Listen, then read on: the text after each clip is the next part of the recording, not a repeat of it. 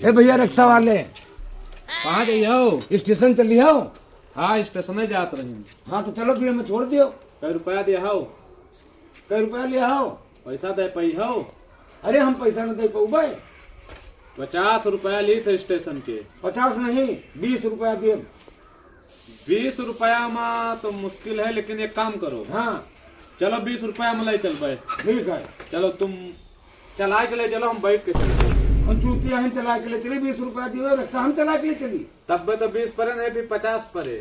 जा मर्दवा ये तेरा बेवकूफ बनावा जाता है। चले खोए तो चलो, नहीं तो फिर जाइए हम। अच्छा तो 50 हम देवे हम पैसा, ठीक है। लेकिन थोड़ा उतारो तो तुम।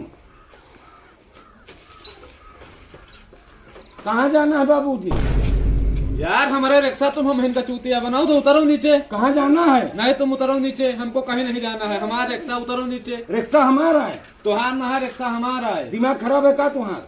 भाई इतना न करो यार, रोजी रोटी का सवाल है। अरे हटो यार। अरे तुम उतरियो नीचे।